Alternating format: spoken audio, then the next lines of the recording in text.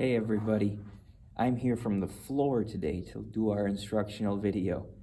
I have had a bunch of students inquire about different ab exercises or abdominal exercises for your belly during this time away from school, so I thought this week could be all about ab workouts. Now I'm going to go through a couple, maybe about 10 exercises that you could try, and you can do them for as long as you'd like, for however many repetitions you would like to do. It's completely up to you, but we're just going to talk a little bit about abdominal exercises. First one would be the sit-up. We know how to do sit-ups. We just had our fitness challenge. I think that was in week 2 of this distance learning. Remember, when you're doing your sit-ups, your feet need to be on the ground. Your back is all the way on the ground. Arms are going across your chest. You go up, touch your elbows, come back down. Go up, touch your elbows, come back down. Now, sit-ups can be difficult because you have to go all the way up. So there is something called a crunch. Crunches are a little bit simpler in the sense that you don't have to go up as high. Crunches work the top of your abdominal muscles. They don't work all of your abdominal muscles. A crunch, you do it the same way. This time you can put your arms behind your head. You can still put them here if you'd like, but you just go up and back, up and back, up and back. Notice I'm not going all the way up anymore. My elbows aren't even touching my thighs. So those could be crunches. You could do something where you do a rotating or an alternating crunch or a sit-up, where you kind of get your obliques, which if you remember the muscle video, those are the muscles on your side, where you do a sit-up, where you come up and rotate there at the very end, and you do the same on the other side. That activates even more muscles, but at the end of the day, that's working your core. You could do something called bicycle crunches or sit-ups, where this time your feet aren't on the ground, your feet are in the air. Hands behind your head, and what you do is you act like you are riding a bicycle. It's called a bicycle crunch for a reason, but you move your arms and legs so that your elbows and your thighs come together, just like that. Have anybody heard of something called a Russian twist? That is a different form of an abdominal or core workout, but what you do is you have your feet up in the air, and instead of your back being flat on the ground to start off with, it's up here, and this is called a V-sit position or a C-sit position, whatever you want to call it. It looks like a V to me. I've always called it a V-sit position. But you're going to put your arms and your hands together just like this for a Russian twist, and all you do is hold your legs out in the air, and you touch your knuckles of your hands to the ground. You can feel that already. That works your entire core as well as your oblique muscles.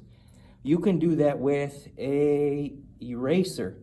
You can get a soccer ball from the garage if you have one and touch the soccer ball to the ground. You could do that any way you would like, but those are called Russian twists. Now, here are some other ideas that you might not think of, you might have never seen before, but they're simple, they're easy to do. They're a little bit more difficult though, so a little bit more challenge for all those kiddos that want to have a little bit more of a challenge. The first one is going to be what is called a toe touch. Now this one, Mr. D doesn't have very flexible hamstrings. I'm not going to be able to touch my toes, but your legs start off flat on the ground. You lay flat on your back. Your hands go up in the air just like this. And when you go up, the goal is to keep your legs flat, straight. See, Mr. D's legs are bent, but keep your legs straight. Try to touch those toes. It's supposed to look something like this, and it won't be perfect, but you go up, touch your toes, come back. Go up, touch your toes, and come back. I need to work on that, but that's something that you can try.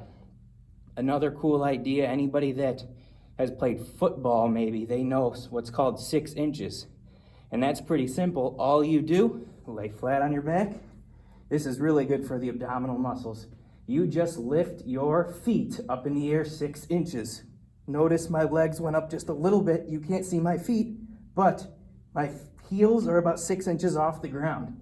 and you just hold it for as long as you can. That is something called 6 inches. You could also do something where you work on your shapes, maybe work on your numbers, your letters, your alphabet. I know when I roll my ankle, I'm always told to do the alphabet, uppercase and lowercase, every single time. So all I do, boys and girls, is I have my ankle, and I do A, B, and you do that uppercase as well as lowercase, and that just keeps moving your ankle so the swelling stays down. So what you can do for a good ab workout is do the same thing. You start off like you do for your 6 inches. You're going to lift your legs up in the air, and you can do circles. You can go clockwise or counterclockwise. You can do a square. You can do the number 100 and do 2 circles out of it. You can do your letters. You can spell your name. Whatever you would like to do. There's a cool little idea for an abdominal workout. And last but not least, I'm going to remind you, if you watched week 1 of our instructional videos, you learned about all the different planks. Now, planks work a little bit more muscles than just your abdominals. They work on your arms, your back, your shoulders, a little bit more. But planks are an excellent way to work your core muscles.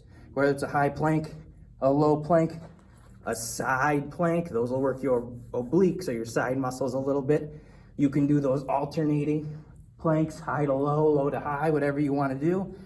Check out week number 1 instructional video, the plank challenge, if you want to do some planks. So, I forgot one more. Mountain climbers. Anybody that played the warm-up game sliders this year in gym class, you learned about mountain climbers. Mountain climbers are excellent for your core.